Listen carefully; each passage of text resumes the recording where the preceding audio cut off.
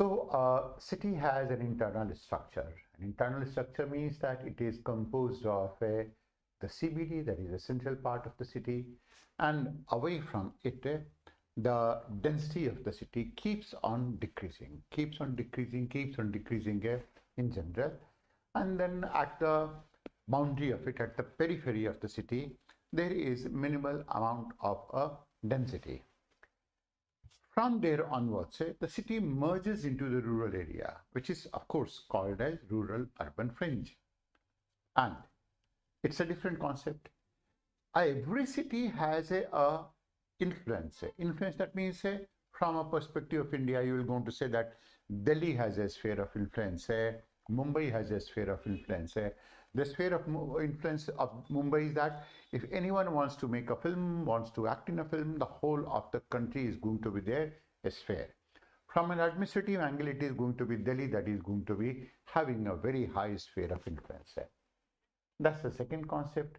The third concept is associated with what we call it as an urban sprawl. That means a city has a tendency to expand beyond its confines, expand beyond its built-up area, and it is this expansion of the city which is called as urban sprawl. Now, urban sprawl is the word sprawl is a general word. Sprawl means a sprawling house, you have a sprawling mansion, you have a sprawling flat, you have a sprawling village. That means it's spread over a large area.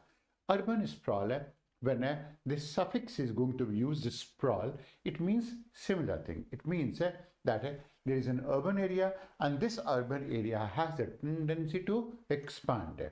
It is this expansion of the urban area that is called generally as urban sprawl. Well, urban sprawl in India is a recent phenomenon. Of course, in the whole of the world, it's a different type of a phenomena, but in India, it's a recent phenomena. And when we say that it's a recent phenomena, it basically means that it emerged somewhere after independence, when the Western style of living started making its way more and more. Now, we are not debating whether the Western style of a consumerist living is good for any country or not. But then, a Western style of consumerist thinking, consumerist activity, consumerist living has every type of a problem one can imagine. Every problem, because most of these consumerists believe in that there is only one life. And most of the Western people also going to think that there is only one life. Urban sprawl is a product of that type of a thinking, that is, there is only one life. While in contrast, Sanatan thinks that there is not one life, there is beyond that life. And because there is beyond that life, these are the people, Sanatani people, going to think about the environment, about the animals, about the humanity, about the next life, about doing everything that is going to be good. And it is a humanity-based thinking. It's a humanity-based attitude. It's a humanity-based, not exactly religion, but lifestyle. It's a humanity-based investment of thinking. It's a humanity-based economy. It's a humanity-based everything of sorts. So, when we say that there is an urban sprawl is essentially a consumerist-centered concept which has been inserted in any landscape, particularly, let's say, in Indian landscape, in the cultural landscape of India, as a Western consumerist attitude and culture, and it's the relics of its life. Urban sprawl is, all in all, it's that part of a city which has is expanding or which is expanded, and expanded may be beyond its confines, expanded beyond its means. That is what we're going to call it as urban sprawl. Now, with respect to urban sprawl, what you need to know is you need to know a lot of aspects. The one thing that you require to know with respect to urban sprawl is what exactly is a sprawl.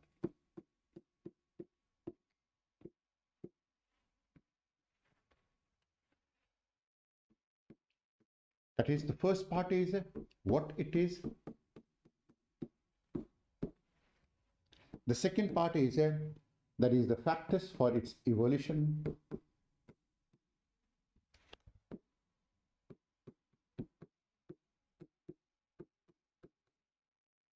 The third part is its characteristic.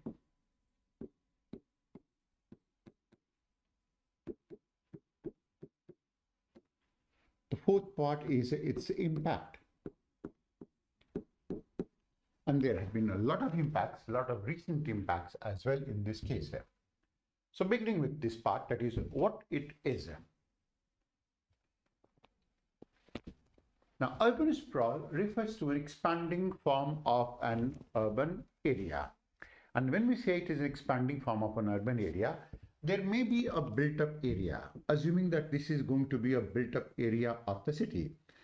And when the city goes on to expand beyond its confines, and people start building large houses, people start living in big rooms, that is what is called as a sprawl. This is what we call it as built-up area. That is the name that is going to be given to it. So it refers to an expanding form of an urban settlement. And generally, there is one word that is going to be used, which is used for the purpose of differentiating it, that is going to be suburb. For example, some of you people who may have been living in Mumbai or in around Mumbai, you know what exactly is a suburb. Suburb is essentially a pocket of growth. That means there will be one pocket of a growth, maybe here. There will be one pocket of a growth in this place. There will be maybe one pocket of a growth here. It is different from suburb, which is a pocket of growth, while an urban sprawl is an area that is going to be continuous, more or less expanded, and it is built over the whole of this region. That is the entire of this place. The whole of this region is going to be a sprawling region, and that is why we say that there are some cities which are going to be very, very sprawling. The best way to take a look at how exactly an urban sprawl looks like is that's the place where it is. This is one of these places. You can go on to say, see, there is how is it that the houses have been built in this place and how far they are. There is a lot of open space in between in all of those regions. A lot of open space here, there, and so on. Now, some of these places can be even more sprawling than what exactly is being shown here. And beyond that, we place there is it goes into merging perceptibly with an agricultural area. But then there are farmhouses in this place. There is a lot of open space. People going to be having bigger rooms in this case, and they're also going to be having gardens with themselves. What not? It is going to be completely a different concept altogether. That is a concept.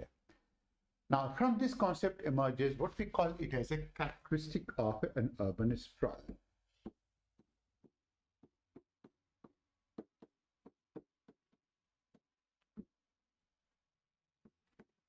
The first characteristic it has a gentle gradient.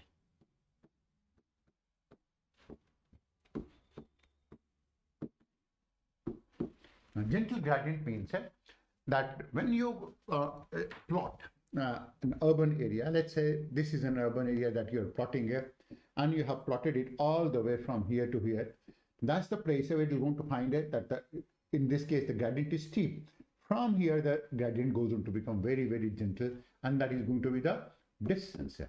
So maybe we can go to plot it somewhat better. This is the way that it is. The gradient in this case is going to be very, very gentle. Now, that is a region of sprawl. This is the place that is going to be known for sprawl, and that the city center from here, from 0 kilometers, it may be 60 kilometers to this place, and beyond something like some 20-25 kilometers is going to be a sprawl.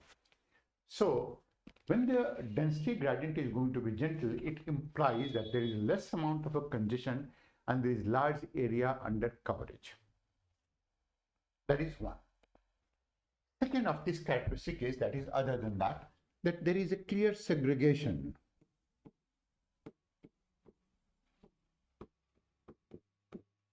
Segregation means that we are going to be talking about segregation of the so-called lower strata from the upper strata.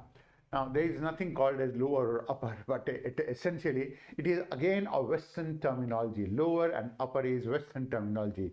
This is something that is completely alien to Indian tradition, because in India there has been nothing called as a lower and upper at all. And it also is a segregation of upper and lower caste. But then there has been nothing called as a caste at all. Caste was a one term that was inserted in India for the purpose of dividing the people who were living in the country. It is also a clear segregation of what we will go to say haves and have-nots. Those people who have money and those people who don't have. But then again, you're going to find that it is again a Western concept, and that is the reason that we keep on saying about it's a Western consumerist concept. We keep on saying it so, largely because people who have money, they are not the only one who are richer. People maybe who are going to be having a huge amount of knowledge, a very large social capital, maybe that they are going to be far more richer. But then there is no differentiation, there is no identification, there is nothing that has been talked about on those lines at all in the Western world at all. So it essentially means there is a clear segregation of people. And who are these people? Village people from the urban people, people who are poor from the rich, people who go on to belong to the low caste from the high caste. And this is, I'm sorry to use this word, this is a word that should not be used, but because we assume that even the examiners will not be enlightened or wise enough, and that you have to obtain marks. That's the reason that you may have to use this terminology somewhere. And it is a segregation of the people who are going to be haves and have-nots, those people who don't have. That is why we call it. It is clearly marked characteristic. Its clearly marked characteristic is residential segregation. That is the second characteristic. The third characteristic is a homogeneous population.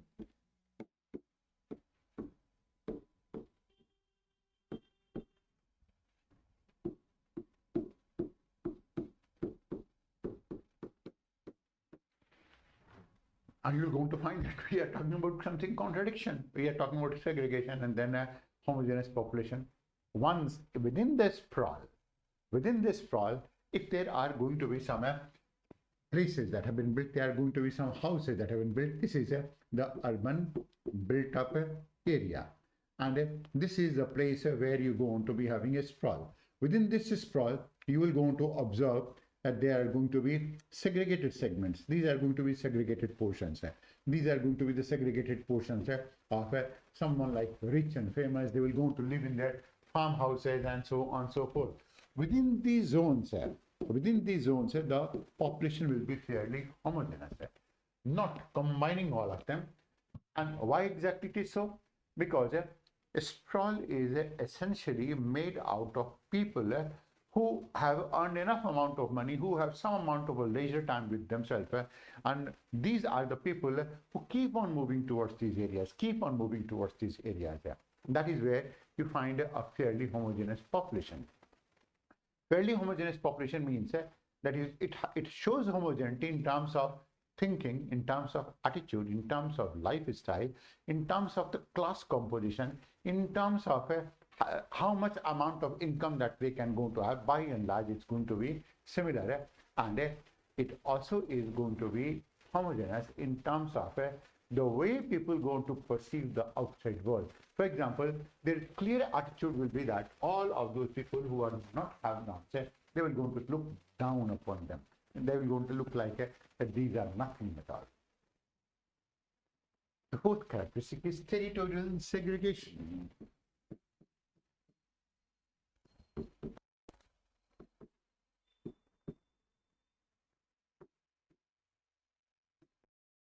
The fourth part is territorial segregation. Now, by territorial segregation, we mean that there are some territories. For example, this is going to be one of the territories that is going to be the residential place of this sprawling population. And that is going to be the rural area. All of these are going to be rural areas. Now, there is a clearly cut marked boundary of the region from the urban area. That means the people who are having an urban lifestyle, the people who are going to be having a different lifestyle, people who will go on to lead a very elite type of a life, all of those people who are going to be fashionable of sorts, with the people who are going to be having a rural lifestyle. Of course, they are going to be rural people as well, and gradually their land will be occupied by them. Now, there is a marked territorial segregation in this case. That means that the territories of both of these people are marked, and both of these people don't go to mix with each other as far as territories are concerned. They are going to be separated, and that's the basic reason why they are going to be there for. The fifth characteristic is that to cater to this sprawl, the basic amenities require to be extended. That means once a sprawl evolves and once the sprawl develops, all of these basic amenities with respect to water, basic amenities with respect to electricity, with respect to road transportation, or whatever that can be, that requires to be extended. Without the expansion of this basic amenity, there is no way that the sprawl can go to develop at all in this case, because how is it that an urban area can go on to survive in a region which is going to be dominantly rural in a characteristic? And what the people like to do here is that they like to be amidst the rural environs. That means they like to be amidst a rural milieu, a rural type of a setting, but then they go on to follow everything urban in this case. So what they try to do is that they try to get the best of both of these worlds, and that is what goes on to make it very, very, very distinctive. So the basic amenities in this case has to be extended. The fifth is that there is a higher dependence on vehicular traffic. Vehicular traffic, or maybe you can go on to say that is a vehicular ownership as well. There is high amount of a dependence on transport as well. Now it has to be largely because if it is not going to be, then how is it that the people from the urban area will go on to reach these areas? So there has to be one clear-cut road in this case, unless there is connectivity, and connectivity means it's not going to be only by vehicular transport. Now at least in this world, there is always going to be a factor that is going to be far more significant, and that significant factor is going to be associated with communication. That means with a mobile phone, the whole of this area is under your control. Your entire of the office is under your control, even though you may be some hundreds of kilometers away from that place. Maybe being away from the main city, you still going to be commanding a good amount of an approach or connectivity with these regions. So there is a high dependence on vehicular transport, and there is also a private ownership of these vehicles. It's not going to be a public transportation that is developed. Its public transportation is not going to be developed even, and that is going to be, of course, the moment the public transportation goes into get developed, then a lot more people will start going towards it. The USP is that, and the exclusion part in this case is that the public transportation did not be very, very well developed in this region at all. And because that is not going to be developed in this region at all, consequently, what will happen is only those people, there will be selective people, only those people who can move for about 30-40 kilometers on their own private vehicles, they will go to that city. So this is going to be the basic characteristic of the sprawl. Now, in order for a sprawl to evolve, that means the evolution of the sprawl is very distinctive and very different. In order to evolve, that means what are the factors that will lead to its evolution? Now we'll go on to give you a story. With that story, we'll be able to make it out. Now, supposing you have come to an urban area in order to get some employment, maybe in trying to do something and trying to do something very, very big of sorts.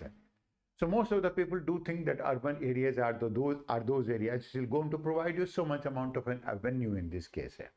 So you have come to an urban area. Now, where exactly is it that you are going to be living? Is it that you will go on to live in those type of places where there is a sprawling center, that means some 20-30 kilometers away from the city, or you will live near to the city? Now, the answer is that you will going to live near to the city. And why?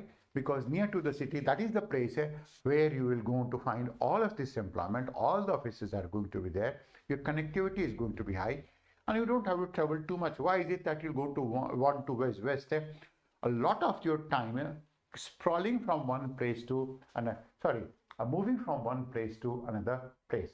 Now, why exactly is it that you will go on to do it so? Now, of course, you are not likely to do it so.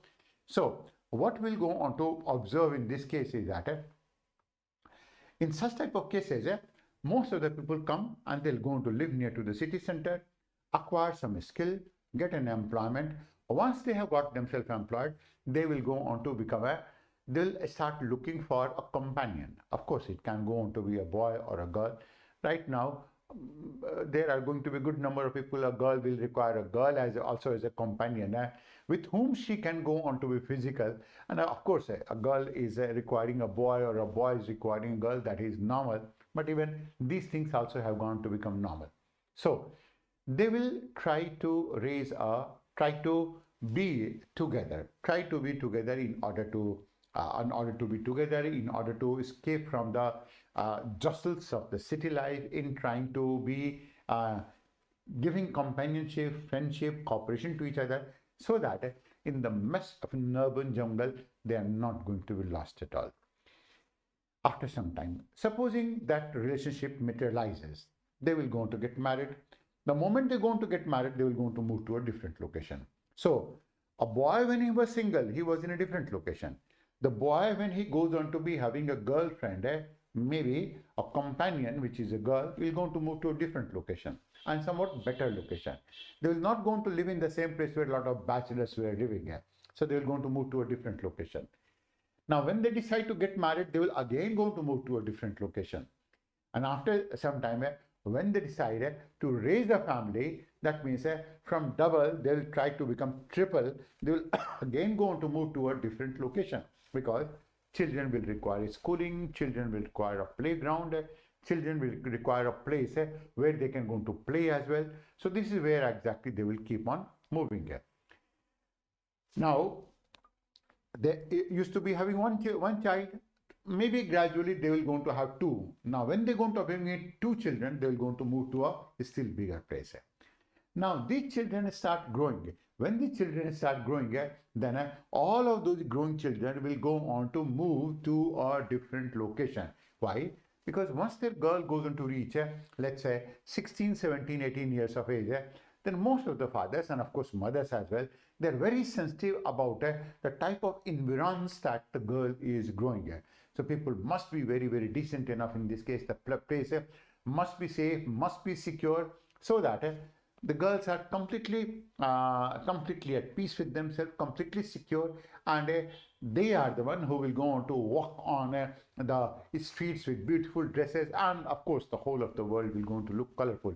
Now that is the way that a father normally goes on to visualize his baby, the baby girl of sorts. Boys are going to be all about they can be naughty, they can be powerful, can do a lot of things in this case.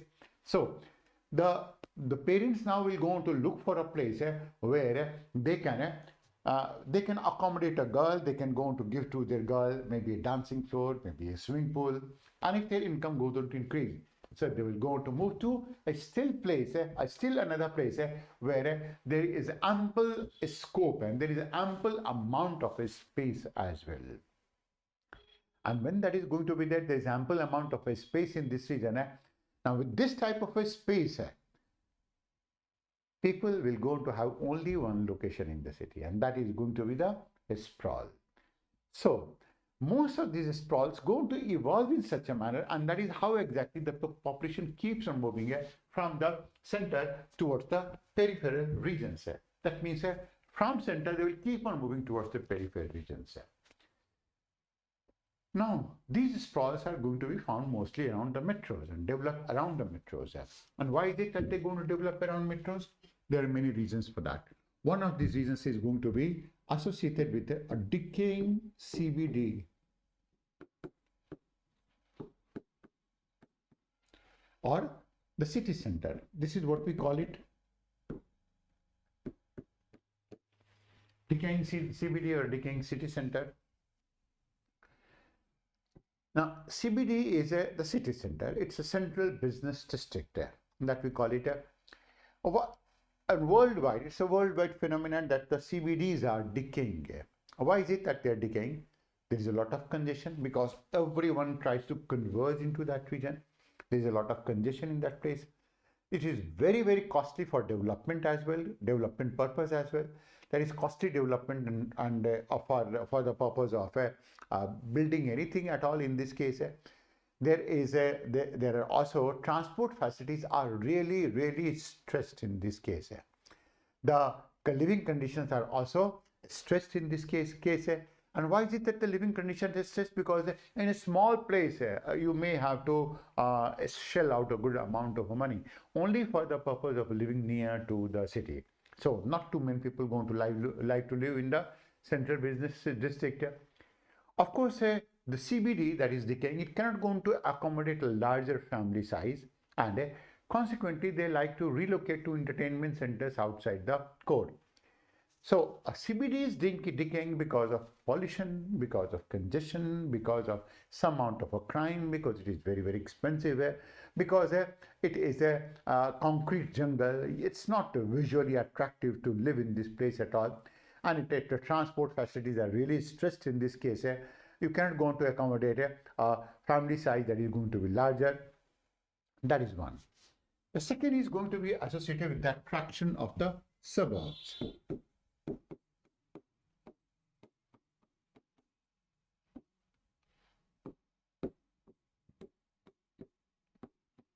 Now, by attraction of suburb means, why is it that the people will go on to get attracted towards the suburb? So one of them is that in the suburbs, you will go on to have a single family dwelling. Now, why is it that we're going to call it single family dwelling? That means there will be one villa, there will be one house, that is single family dwelling. An apartment is not a single family dwelling. It is a not dual, it is not triple, it is multiple family dwelling. Multiple family dwelling. So suburb is essentially a single family dwelling. And why is it that a single family dwelling is required?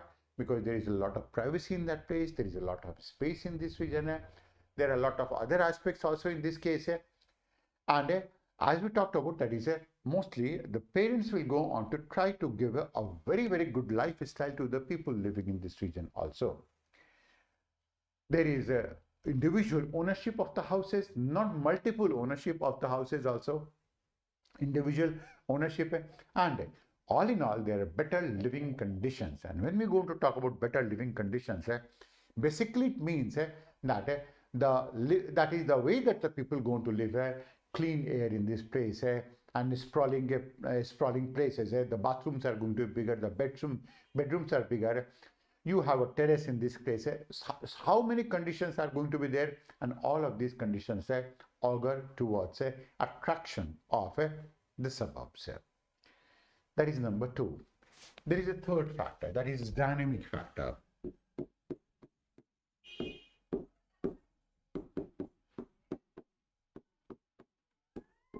Dynamic factors. Now that goes on to include transport and communication development. Transport and communication development. Transport is one, that is you have individual ownership of the vehicles, and in this case mostly it happens that the chief of the family goes on to be having its own vehicle. Then the wife, the homemaker, goes on to be having her own vehicle. Then one son and a daughter, maybe two sons and whatever daughters go on to be, they're going to be having their own communication transport means as well. They're going to be having their own car as well in this case. So transport and communication development is going to be prime part. Transport is going to be one of the most important ones. And then when you're going to pick up communication development means Now, with mobile communication, these things are very, very easy, very, very easy.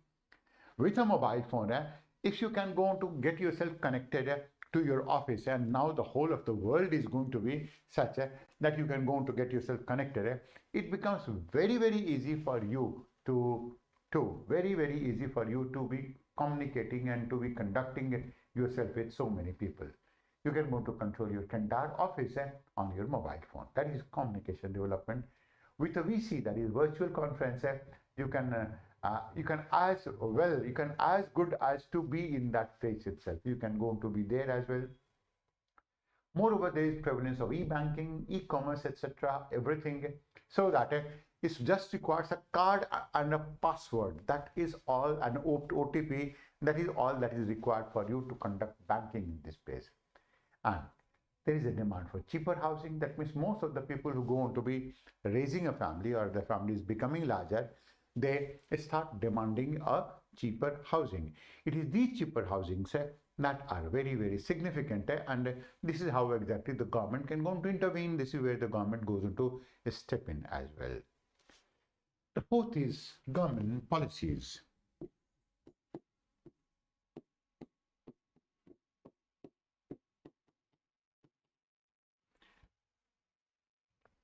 Government policies means that there is a government policy towards development of residential and commercials in this sprawl. Now, in United States, whenever the government makes a decision or goes on to have a policy of development of such type of areas away from the city, what they do is that they levy a charge that is going to be called by the name of a betterment levy. That is a charge, that is a taxation that is going to be laid. Betterment levy.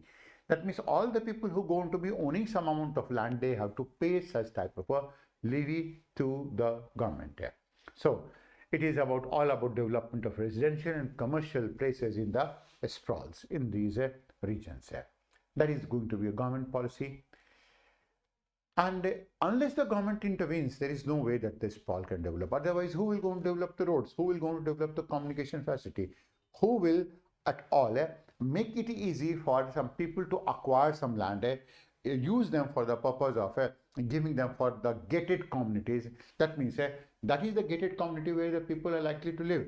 That is, you must have seen people going to living within the boundary, and with one single gate you can go to make entry into that region. And the whole of this area is going to be so uniform and so compact also in nature. So there is going to be gated community in this region. So this is how exactly sprawls go on to develop. Once the sprawl develops, within the sprawl or in the sprawl, there are a lot of changes that start taking place. Now that brings us on to the study of the impact of the sprawl.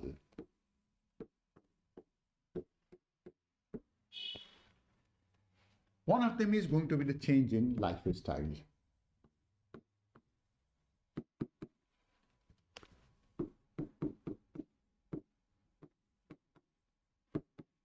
That's going to be one, change in lifestyle. A change in lifestyle is going to be something that is going to be global. And what exactly is that lifestyle? That is, you will go into the sprawl or in this sprawling area during the Sundays, during the Saturdays. Normally, people are going to go Friday evening and they're going to return Monday morning straight to their office. So when you go to be there, you relax yourself completely. Maybe that it is going to be, let's say summer season, it is going to Mumbai. You will going to have a swimming pool. You will going to move around in Bermuda. You will going to move around in shorts. Maybe the girls can go on to wear a skimpy short, maybe a bikini as well in this case.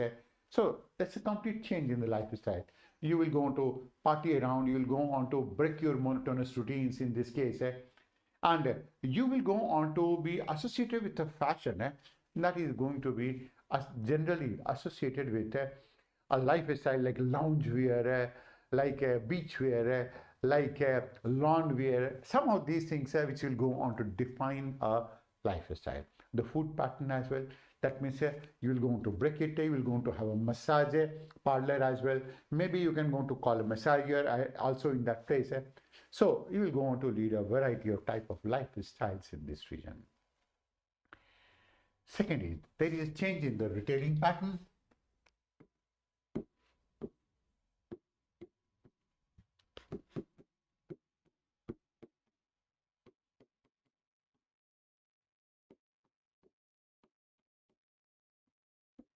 Retailing pattern means how is it that the goods are going to be distributed in these places. That is what is called as retailing pattern. Now, retailing pattern is going to be associated with low density. The whole of this place is going to be generally a region of low density. When there is going to be a place of low density, then some of the characteristics of the urban areas which used to be there, which used to be existing, they don't exist there at all anymore. For example, in low density conditions, there is nothing called as a corner shop at all. There is the corner shops which used to be so characteristic of the people, they are now completely absent in this region. So because of low density, there is a change in the retailing pattern. And what exactly happens? That there is a big mall, there is a big shopping plaza. Now, what exactly is the purpose of this big shopping plaza? Almost all the people will go to drive to these regions. Now, when you used to be having a shop at the corner of your colony or at the corner of your muhalla or at the corner of your gully, then people can go to walk around to that place as well. They can go to walk into that place. And maybe your generation may not have seen that and observed that, but some people in smaller cities may have known it as well. That means the elder son or the younger son usually used to be in a position where they used to always go to fetch some goods in these places. And that is the way that they used to be doing it so as well. So it goes on to be associated with low density, it goes on to be associated with shopping malls, plazas, and that has replaced the previous retailing pattern, which was characterized by a shop and a small shops. Right now it is going to be big shops also. Second is restructured retailing in CBD. That is the third region. Restructured retailing .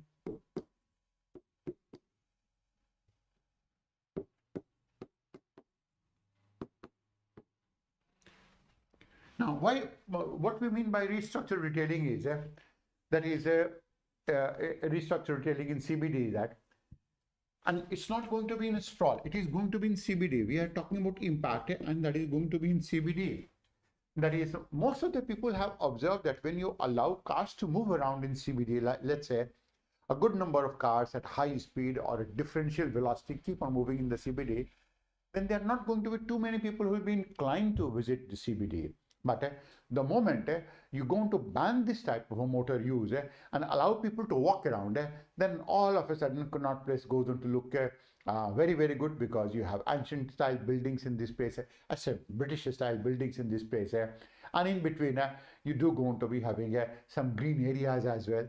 So that's the basic purpose of banning motor use.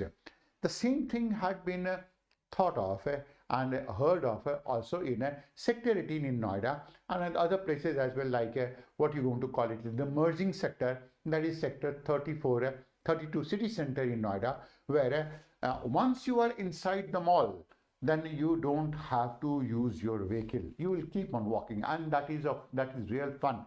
And it is made so that it is going to be very, very pedestrian friendly as well at the same time. That is going to be the third part. The fourth part is associated with the greenhouse emission.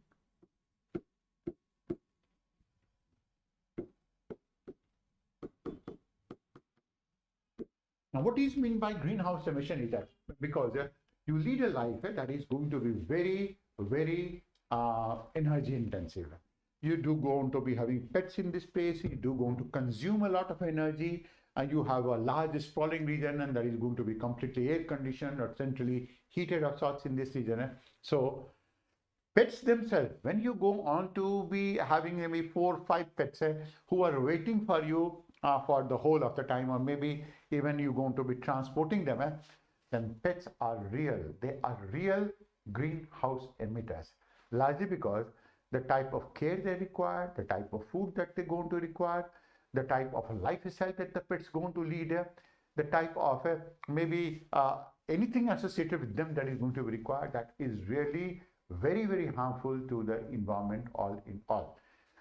Unless if they are going to be street dogs, then street dogs are going to be so good for the environment all in all, except for the fact that they may going to bite you when you go on to do some nefarious activities in the night time. But then during the day, they are going to be almost invisible of sorts in this case. So it is going to be associated with a high emission of energy as well in this case, a large amount of use of energy also. The fifth part is associated with decentralized office location. Decentralization of offices and commercial activities will change the workplace concept. When we're going to be talking about decentralization of offices and commercial activities, it basically means that now you can go completely towards the hills, completely towards the suburban areas, live there for about maybe 6 days, 7 days, 10 days, maybe a month, and you don't want to come to your office at all, and that is the place from where you keep on working and keep on working. When you keep on working in this place, then of course it goes on to change the commercial activity. Your house is your office. Like, let's say if there is someone who is in a so-called coaching business and they are coaches, and there are some people who are going to be giving very high-level consultancy, they don't require an urban place at all. They can go to make a studio in their own drawing room, and it is from this studio they can go to reach to the whole of the world, anywhere in the world that they can go to reach out. So that is going to be leading to decentralization of offices, and it is a true example of the evolution of gig economy. That means where everyone will go on to be a brand in itself, where the economy is going to be completely decentralized in this case, and there is a complete change in commercial activity with the workplace and office concept. That means you don't have to come to the office for the purpose of working at all.